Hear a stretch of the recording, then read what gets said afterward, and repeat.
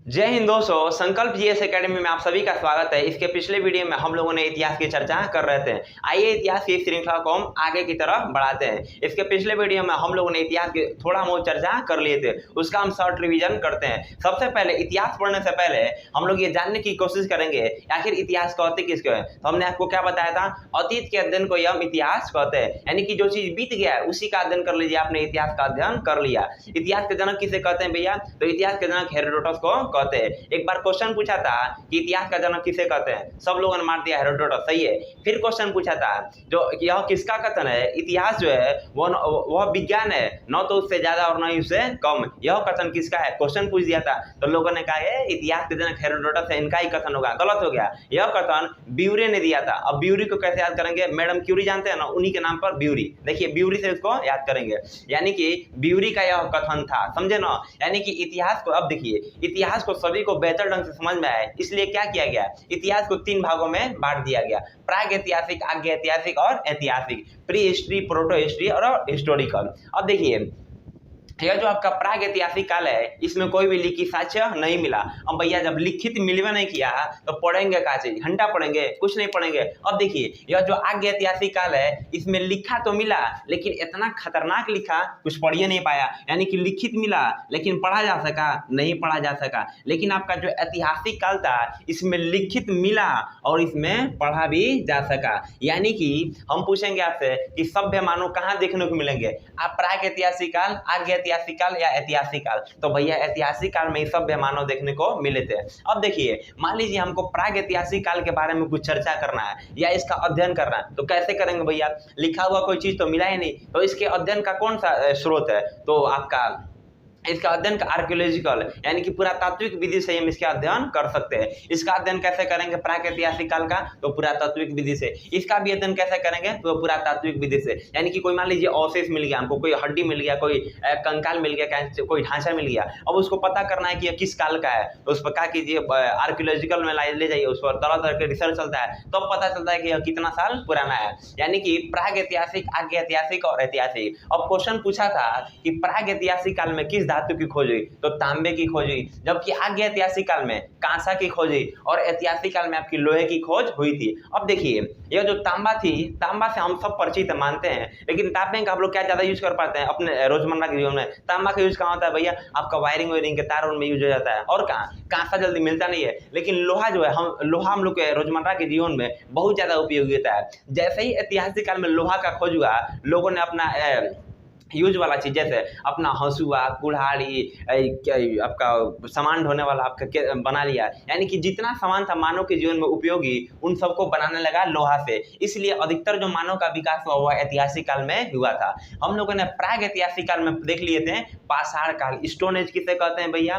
तो इतिहास का वह समय जिसमें पत्थर के औजार, यानी कि स्टोन मतलब क्या होता है, पत्थर, पत्थर के औजार का उपयोग किया जाता था, उसे हम पाषाण काल कहते हैं। इस पाषाण काल को हमने कितने भागों में बांटा था? 3 भागों में। कौन कौन भैया? पूरा पाषाण काल, मध्य पाषाण काल और नव पाषाण काल। साथ ही साथ हम लोगों ने एक और काल देखा था आपका ताम्र पाषाण काल, जिसमें तांबा की खोज हुई थी। इसके पिछले वीडियो में हमने इसकी चर्चा कर दिया था, एकदम डिटेल में किया था कि मानव ने पहला गर्तवास कहाँ मिला, मानव का खोपड़ी कहाँ पर मिला, कैसे मानव ने कृषि प्रारंभ किया, मानव ने कैसे पशुपालन किया, इन सब की चर्चा हम पिछले वीडियो में कर दिए। यदि आप उस वीडियो को नहीं देखे तो कृपया करके आप पहले उस वीडियो को जरूर देखें। देखिए वीडियो कंटिन्यू वॉच करने से क्या होता है ना, एक अलग तरह से कॉन्सेप्ट बना होता है। नहीं, ये तो हम जानबे कर रहे हैं कि आगे तो यही पढ़ना, समझ रहे हैं ना। यानी कि आप उस वीडियो को जरूर देखिए। हमने प्राग ऐतिहासिक काल को पिछले वीडियो में बता दिया। अब हम समझेंगे आज्ञ ऐतिहासिक काल। अब जैसे प्राग ऐतिहासिक काल का भैया डिफिनीशन पूछेगा तो क्या बताएंगे? इतिहास का वो समय जिसमें लिखित न तो लिखा साक्ष्य मिला और न ही इसे पढ़ा जा सका, उसे हम प्राग ऐतिहासिक काल कहते हैं। अब आज्ञ ऐतिहासिक काल का डिफिनीशन कैसे बोलेंगे? तो क्या बोलेंगे? इतिहास का वो समय जिसमें लिखित साक्ष्य मिला लेकिन पढ़ा नहीं जा सका, उसे हम आज्ञ ऐतिहासिक काल कहते हैं। अब तो ये जान के आज्ञ ऐतिहासिक काल क्या होता है। इसी के तहत आपका आता है सिंधु सभ्यता।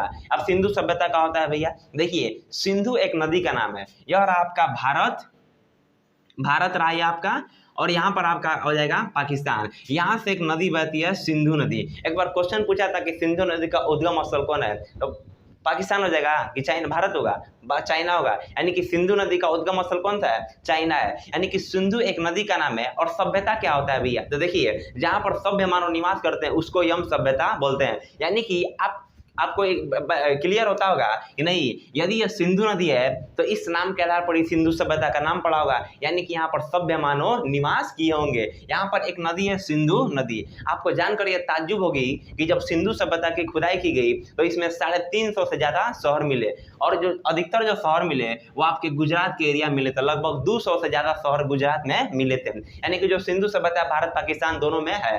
देखिए, अधिकतर जो शहर मिलते हैं वो नदी या समुद्र के किनारे ही मिलते हैं। क्यों नदी या समुद्र के किनारे मिलते हैं? तो देखिए, अब पुराने जमाना में यातायात के तो कोई साधन नहीं थे। ओवरा कौन चीनू के हेलीकॉप्टर था, कौन चीज सामान पहुंचाते लोग, तो उस समय कौन सा साधन था?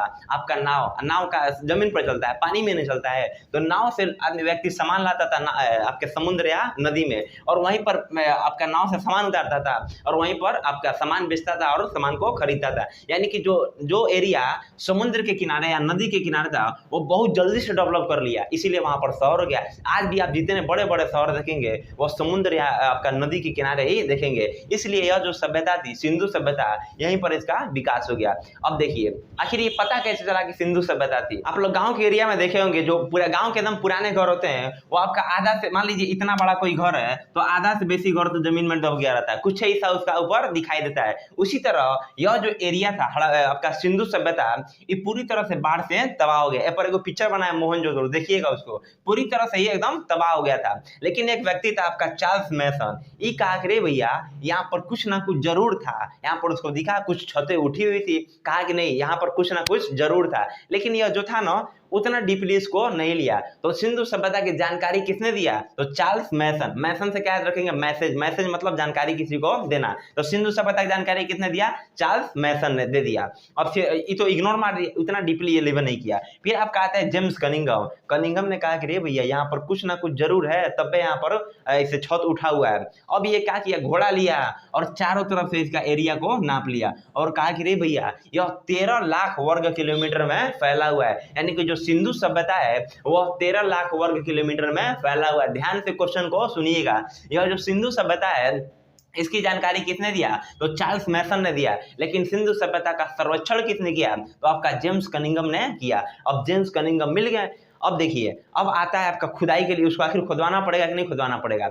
इसका जो काम दिया गया वो आपका जॉन मार्शल को दिया गया। लेकिन ये जो जॉन मार्शल था वो अधिकारी था, वो खुदाई करेगा। तो जॉन मार्शल ने खुद खुदाई न करके साहनी को दे दिया, दयाराम साहनी को। और दयाराम साहनी को बोला है, साहनी जी सुनिए, आप न इसका खुदाई करना है, इसको न आप जेसीबी तरह मत कोड़ दीजिएगा, एकदम आराम आराम से, जहां पर आवश्यकता के अनुसार, जहां कुदारी से कोड़ना हो कुदारी से कोड़िएगा, खुरपी खूब बढ़िया कोड़ के निकालिएगा, कुछ फूटना टूटना नहीं चाहिए। दयाराम साहनी ने कहा ठीक है चलो इसकी खुदाई करते हैं। अब लगे लोग इसकी खुदाई कर रहे हैं, खुदाई करने लगे खोदने लगे लोग। तब देखा ना उन्होंने खोदते खोदते खोदते खोदते वो गड्ढा में पहुंच गए लोग। मान लीजिए जिधर आपका कठोर था उसको छोड़ देते थे और जो मिट्टी नरम था उसको खोदने लगे लोग। खोदते खोदते नीचे पहुंचे लोग। जब नीचे पहुंचे लोग फिर लगे लोग खुदाई कर रहे हैं। तो यहाँ का जमीन आपका कठोर मिला, फिर आगे बढ़ लो, फिर नरम मिला, फिर कठोर मिला, नरम। तब उन्होंने देखा जब ये भैया ये तो सीढ़ी मिल रहा है हमको, यानी कि वो सीढ़ी को मिलता गया। जब सीढ़ी मिलता गया नीचे से कोड़ते गए लोग। अब कोड़ते देखे लोग एक रूम मिल गया।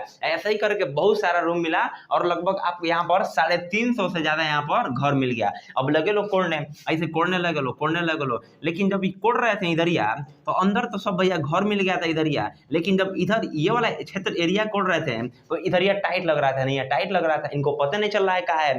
तब कहा जॉन मार्शल ने ये ऐसे समझ में नहीं आएगा, क्या करो ना तुम कुछ दूरी पर एक खूब ऊंचाई सा एक मचान बनाओ। मचान पर से हम लोग चढ़ के देखेंगे लोग ये कैसा दिख रहा है। वो बड़ा गूगल सेटेलाइट तो था नहीं कि जूम करके देख लेंगे। तो क्या किए सब मचान बनाए सब, तब ऊपर चढ़ के देखे सब तो कहें सब नहीं यह तो एक बहुत बड़ा शहरी सभ्यता की तरह दिखता है। यह जो थी आपकी यह एक बाउंड्री बनाया गया था। आप देखे होंगे शहर में चाहे बड़े बड़े घर जब बनते हैं तो उसके चारों तरफ बाउंड्री कर दिया था, खूब सुंदर सा बाउंड्री देखे है ना। तो देखा गया कि नहीं यह तो बाउंड्री है और अंदर सब आपका घर मिले। एक बात और देखा गया यहाँ जो सड़कें थी बहुत बेहतर ढंग से इन सड़कों को बनाया गया था, एकदम 90 डिग्री के एरिया कोण पर इन सड़कों को बनाया गया था, बहुत अच्छा ढंग से इस शहर को बसाया गया। सोचिए उस समय कितना बेहतर ढंग से इस शहर को बसाया गया। फिर ये लोग आए लोग नीचे और लगे लोग इसकी खुदाई करने। अब कहें सब भैया घर तो सब मिल गया, अब चलो सड़क में कुछ रिसर्च करते हैं। ये लोग लगे लोग इन सड़क को खोदने। जब इस सड़क को खोद रहे थे तो इस वाले एरिया को कोड़े तो भैया आपका सड़क निकला, लेकिन जब सड़क के अगल बगल जब कोड़ रहे थे लोग तो ढपढपा रहा था, ढप ढप ढप ढप कर रहा था। अब मान लीजिए कोई भी अगर चीज है अगर भरते हुए मारेंगे, अगर अंदर से भरा हुआ है मारेंगे तो कोई दिक्कत नहीं है, लेकिन अंदर से खोखला है तो ढपढपाएगा। तो ये वाला एरिया आपका ढपढपा रहा था।